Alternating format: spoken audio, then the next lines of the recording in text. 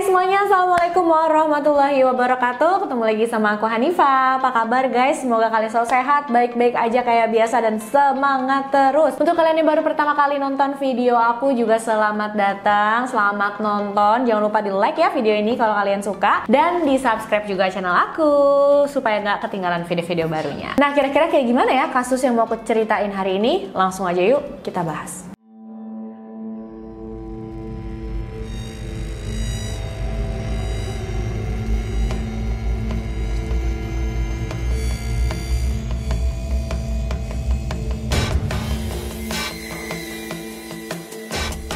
Jadi guys, kasus yang mau aku bahas hari ini tentang satu pasangan yang beda banget nih daripada yang lain. Mereka adalah menurut aku pasangan paling mematikan yang pernah aku denger ya, yang pernah aku tahu nih guys. Dan mereka berasal dari Meksiko, tepatnya dari sebuah kota yang bernama Ecatepec de Morelos. Nah, mudah-mudahan aku bener ya nyebutinnya. Populasi penduduknya itu sekitar 1,6 juta orang. Bener-bener kota yang padat gitu ya, dimana kebanyakan penduduknya juga adalah orang-orang yang kurang mampu secara ekonomi. Dan Ecatepec de Morelos ini ternyata adalah kota paling berbahaya di Meksiko guys. Di sini tingkat kejahatannya tinggi, bahkan kota ini diakui sebagai salah satu kota paling berbahaya untuk wanita. Karena memang di sana punya kasus pembunuhan wanita paling banyak seantero negara Meksiko. Waduh, serem banget ya guys. Itu sedikit background dari kota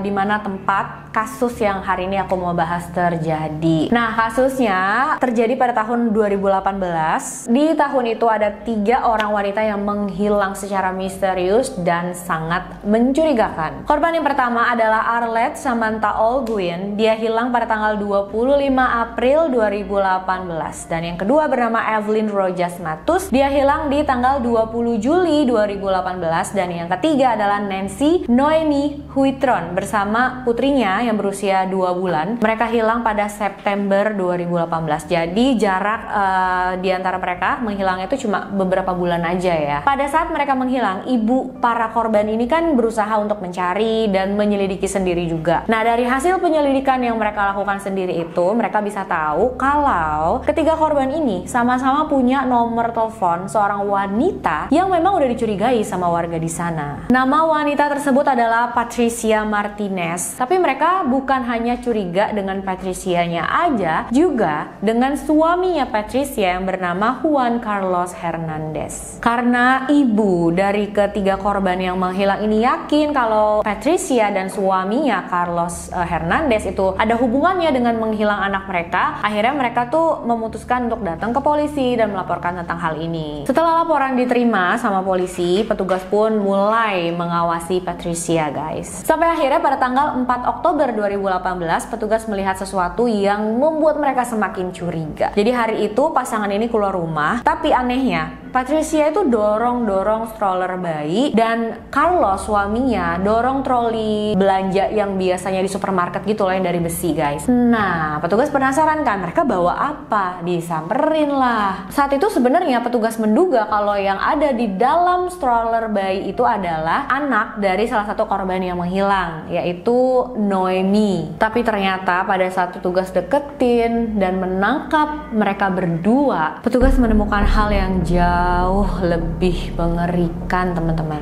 Saat petugas lihat, di dalam stroller bayi itu ada beberapa plastik, kantong plastik hitam yang pas dibuka di dalamnya adalah potongan tubuh manusia. Pastinya Patricia Martinez dan Carlos Hernandez langsung ditangkap oleh petugas, dibawa ke kantor polisi. Pasti kalian penasaran banget kira-kira apa sih yang terjadi, kayak gimana sih kok bisa sampai kayak gitu, apa bener mereka berdua ini pelakunya atau gimana. Sebelum aku lanjut ceritain kasusnya, aku mau ceritain dulu ya sama kalian background dari mereka berdua ini. Patricia Martinez dan Carlos Hernandez sama-sama lahir di Lázaro Cárdenas, Michoacán, Meksiko. itu. Patricia lebih tua 5 tahun dari Juan. Patricia itu lahir dari keluarga yang kurang mampu, sangat manipulatif, dan bisa dibilang nggak baik sama sekali, guys. Masa kecil Patricia itu pantas banget dibilang kelam, karena sejak dia berumur 6 tahun.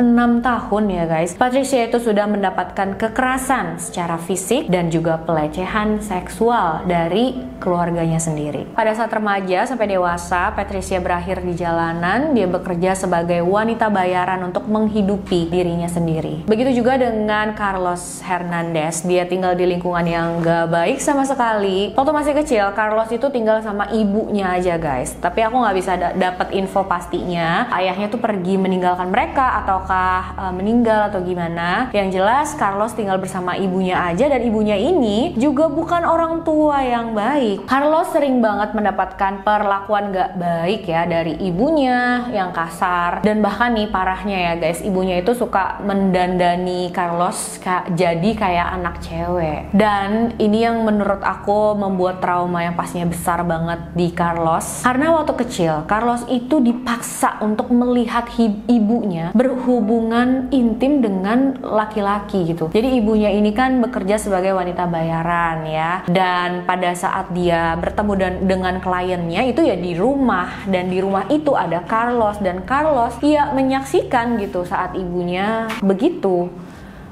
Luar biasa. Karena ibunya juga sering bekerja keluar, makanya Carlos itu diberikan seorang pengasuh. Dia diurus nih sama seorang pengasuh. Sayangnya pengasuhnya itu juga nggak baik, karena dia itu suka melakukan pelecehan seksual juga ke Carlos. Gila banget ya.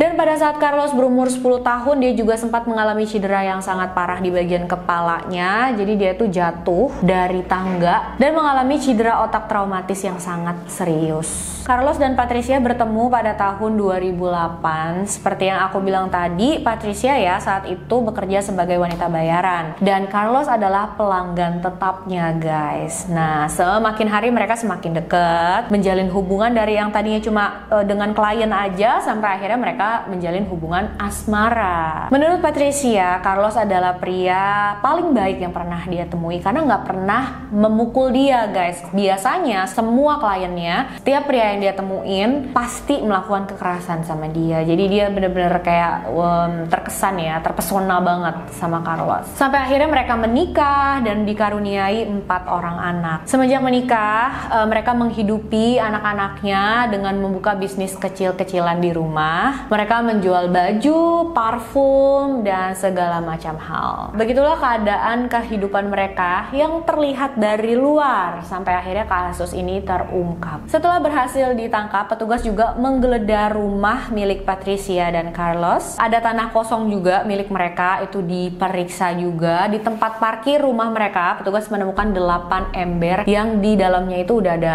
semen yang membeku. Setelah dipecahkan, ternyata di dalam semen itu adalah bagian tubuh manusia. Di dalam kulkas mereka, petugas menemukan beberapa kantong plastik yang di dalamnya juga terdapat organ tubuh manusia guys. Gila ini.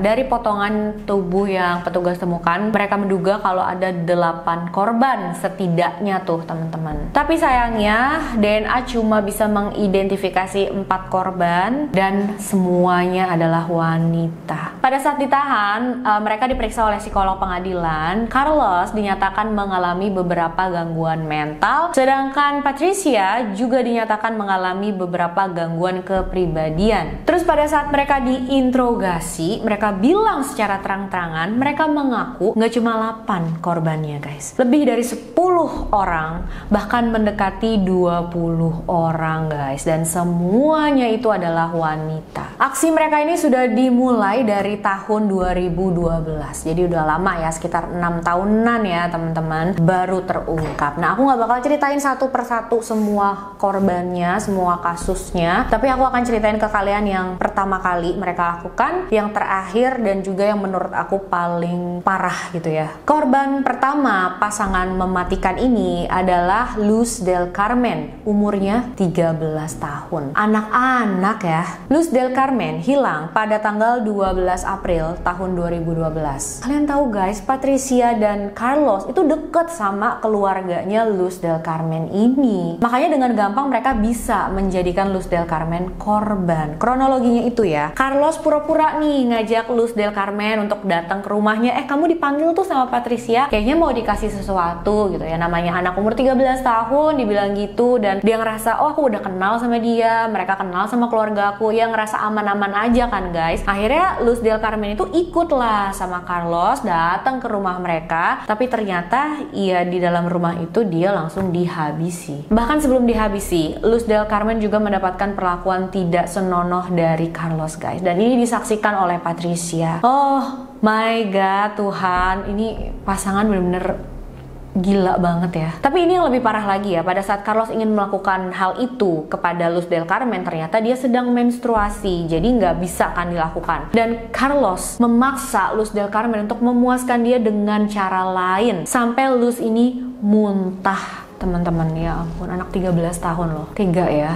Setelah aksi mereka berakhir, Luz del Carmen sudah kehilangan nyawanya. Mereka langsung melakukan mutilasi kepada jasadnya, dan jasadnya itu dibuang ke salah satu saluran pembuangan yang ada di sana. Kemudian ditemukan pada tanggal 5 Oktober 2018. Jadi setelah bertahun-tahun kemudian baru jasadnya ditemuin guys. Keluarga dari Luz del Carmen itu sempat melakukan pencarian, lapor ke polisi, menyelidiki sendiri juga. Bahkan mereka dibantu ya sama orang-orang sekitar untuk mencari. Dan yang bikin keselnya, Patricia juga Carlos itu mereka ya pura-pura ikutan mencari dan pura-pura khawatir gitu guys. Aduh. Selanjutnya, korban termuda dari pasangan mematikan ini, dia bernama Maria del Carmen, umurnya baru 7 tahun. 7 tahun dong teman-teman. Jadi ceritanya, pada tanggal 20 Februari tahun 2017, Maria del Carmen sedang pergi bersama ibunya yang bernama Maria Guadalupe. Naasnya, mereka tuh malah jadi korban dari Patricia dan Carlos. Awalnya mereka menghabisi sang ibu aja, dan Maria del Carmen itu dikurung sama mereka ya, sama Patricia dan Carlos. Tapi pada akhirnya Maria del Carmen juga mengalami nasib yang sama dengan ibunya. Mereka berdua ini mengalami penyerangan seksual dari Carlos. Setelah itu mereka baru dihabisi. Menurut aku ini benar-benar yang paling parah, yang paling sadis. Kalian bayangin ya, anak umur 7 tahun harus melihat ibunya mengalami hal itu, dan dia juga dikurung selama berhari-hari. Tapi setelah itu dia juga mengalami hal yang sama dengan ibunya. Dan korban terakhir mereka adalah seorang wanita bernama Nancy Noemi Whitron. Ya, salah satu dari ketiga wanita yang menghilang di awal aku ceritain tadi ya guys. Pada bulan September 2018, Nancy yang saat itu punya anak bayi, memang baru umur 2 mau ke 3 bulan gitu. Dia datanglah ke tokonya Patricia dan Carlos karena mau mencari baju bayi. Tapi ternyata pas sampai di sana dia malah diserang dan menjadi korban. Setelah mereka berhasil menghabisi Nancy, anaknya yang baru berusia 2 bulan itu dijual ke pasangan lain seharga 15.000 peso. Patricia mengaku kalau awalnya semua aksi pembunuhan ini adalah ide dari dia guys. Tapi pas sudah berhasil melakukan aksinya, Patricia bilang dia kayak merasa takut dan menyesal. Patricia tuh udah hampir mau melaporkan ke polisi, tapi Carlos bilang sama dia, kalau kamu lapor ke polisi dan aku ditangkap, ya otomatis kamu juga bakal ditangkap. Karena takut di penjara, akhirnya Patricia nggak jadi laporin ke polisi. Tapi seiring berjalannya waktu, Patricia bilang rasa menyesal dan rasa takutnya itu hilang guys. Dia mulai merasakan kepuasan setelah melakukan aksinya. Dan ada kebenaran lain yang berhasil terungkap juga. Menurut aku pastinya ini bikin kalian geleng kepala ya. Karena ternyata mereka bukan cuma melakukan pelecehan seksual ke korbannya, menghabisi dan juga memutilasi para korbannya. Mereka ya ampun, gimana ya cara ngomongnya ya. Mereka juga memasak beberapa organ dan daging milik para korban. Ada yang dijadiin steak dan macam-macam makanan lain. Terus yang nggak bisa dimakan sama mereka dikasih ke anjing. Gak cuma itu aja ya teman-teman, tulang para korbannya itu juga dijual ke salah satu tempat praktek ilmu hitam. Dan Patricia juga Carlos melakukan ritual mistis juga gitu guys, kayak semacam kedukun gitu ya. Dan mereka sangat-sangat percaya dengan hal ini. Di ritual tersebut mereka mengumpulkan 4 organ hati dari korban mereka, dimasukkan ke dalam toples dan mereka persembahkan untuk Santa Muerte. Carlos juga mengklaim kalau dirinya itu harus meminum darah manusia minimal 3 bulan sekali. Benar-benar sesat banget ya mereka. Berdasarkan keterangan jaksa yang menangani kasus ini, dia bilang Carlos bisa sampai melakukan hal ini karena trauma di masa kecilnya. Begitu juga dengan Patricia. Dan Carlos juga pernah bilang, saya lebih senang melihat anjing peliharaannya memakan tubuh korban daripada harus melihat wanita-wanita itu menghirup oksigen yang sama dengan saya. Dia juga bilang, saya nggak tahu apakah saya akan terbebas dari ini, tapi saya sudah memberitahu polisi kalau sampai saya dibebaskan, saya akan melakukan pembunuhan lagi ke wanita lain. Bahkan Carlos itu sebenarnya sudah menargetkan untuk menghabisi 100 wanita guys. Aduh, nggak kebayang ya kalau misalkan dia belum ketangkap, ada berapa banyak lagi wanita yang menjadi korban. Dan aku rasa setelah Carlos bilang kayak gini, memang gak ada alasan ya buat petugas untuk membebaskan dia. Dan walaupun mereka dinyatakan mengalami gangguan kepribadian, beberapa gangguan mental, tapi menurut pengadilan mereka tetap harus mempertanggungjawabkan apa yang mereka lakukan karena mereka masih bisa membedakan mana yang salah dan mana yang benar. Kalau mereka masih bisa membedakan itu, jadi mereka tahu perbuatannya salah dan tetap dilakukan, ya mereka harus tanggung jawab. Mereka diadili antara bulan April dan Oktober 2019. Awalnya mereka itu cuma diberikan hukuman masing-masing 40 tahun penjara. Tapi setelah dilakukan sidang beberapa kali lagi, akhirnya mereka dijatuhi hukuman 327 tahun penjara. Kalau aku sih setuju banget mereka dihukum 327 tahun, atau itu bisa dibilang kayak seumur hidup mereka, sampai mereka mungkin akan menghembuskan nafas terakhir di sana. Karena kalau mereka masih berkeliaran, bisa bayangin gak sih orang seperti mereka berkeliaran, entah deh berapa banyak lagi yang jadi korban. Aduh, jangan sampai ya. Menurut aku keputusan pengadilannya udah tepat banget. Dari info yang aku dapat, kasus ini memang benar-benar membuat warga di sana geger guys. Ya gimana enggak ya. Ini salah satu kasus paling parah juga sih yang pernah aku bahas guys. Saat kasus ini terungkap, ada sekitar 1000 orang yang turun ke jalan dan menyuarakan untuk mereka supaya diberikan hukuman yang paling berat. Dan orang-orang juga menuntut supaya petugas itu lebih membuat membuat satu aturan ataupun lingkungan yang lebih aman untuk para wanita yang ada di sana. Dan ternyata warga di sana juga sempat protes dengan kinerjanya petugas polisi, karena ternyata nih 6 bulan sebelum kasus ini terungkap, ada salah satu tetangga Carlos dan Patricia yang bilang kalau dia itu mencium bau yang sangat-sangat busuk dari apartemen milik Carlos dan Patricia. Tapi petugas nggak langsung tanggepin laporan itu, diselidikin juga nggak sama sekali. Padahal kalau diselidiki bisa jadi ya korbannya nggak akan sebanyak ini. Terus juga beberapa hari setelah penangkapannya Patricia dan Carlos, TKP-nya itu nggak diamankan sama sekali. Tim forensik nggak berusaha menemukan bukti dari sana. Padahal di sana itu ditemukan banyak barang-barang korban yang kayak semua orang di sana tuh bisa masuk aja dengan sembarangan, mau ambil mau apa tuh bisa aja. Nah, anak korban yang bernama Nancy tadi yang baru umur 2 bulan yang dijual ke pasangan lain ternyata ditemukan tuh, dan anaknya ini langsung diserahkan kepada keluarga Nancy yang masih hidup. Sedangkan pasangan yang membeli anak dari Patricia dan Carlos, mereka ditangkap atas tuduhan perdagangan manusia. Benar-benar kasus yang tragis banget ya teman-teman. Aku nggak bayangin keluarga korban yang setelah tahu anak mereka, adik mereka, ibu mereka diperlakukan seperti itu. Dan kepikiran juga ya sama 4 orang anaknya Patricia dan Carlos, gimana nasib mereka, tinggal sama siapa ya. Tapi kita doakan aja supaya keluarga korban diberi ketabahan, dan anak-anaknya Patricia juga Carlos, walaupun gimana mereka nggak tahu apa-apa ya guys, kehidupannya bisa lebih baik ya dari orang tuanya. Setelah kasusnya terungkap, pasangan mematikan ini dijuluki dengan beberapa sebutan, diantaranya Monster Ecatepec, ada juga yang sebut The House of Horror, atau The Butchers of Ecatepec. Nah, itu dia kasusnya untuk hari ini, teman-teman. Aku pengen banget tahu apa pendapat kalian ini. Aduh, luar biasa ya, sadis banget. Ada loh. Ini kirain di film-film doang. Ternyata ada di kehidupan nyata. Wow, hati-hati ya. Hati-hati sama orang yang gak begitu kalian kenal. Bahkan orang yang dikenal aja bisa kayak gini ya. Semoga kita jauh-jauhin dari orang-orang jahat kayak gini. Kita dideketin sama orang-orang yang baik, yang benar-benar tulus gitu. Teman-teman gak punya niat jahat apapun. Oke, jangan lupa komen apa pendapat kalian. Makasih udah nonton videonya sampai akhir. Untuk kalian yang mau request kasus, boleh banget silahkan kirim DM ke Instagram aku, hanifastory92.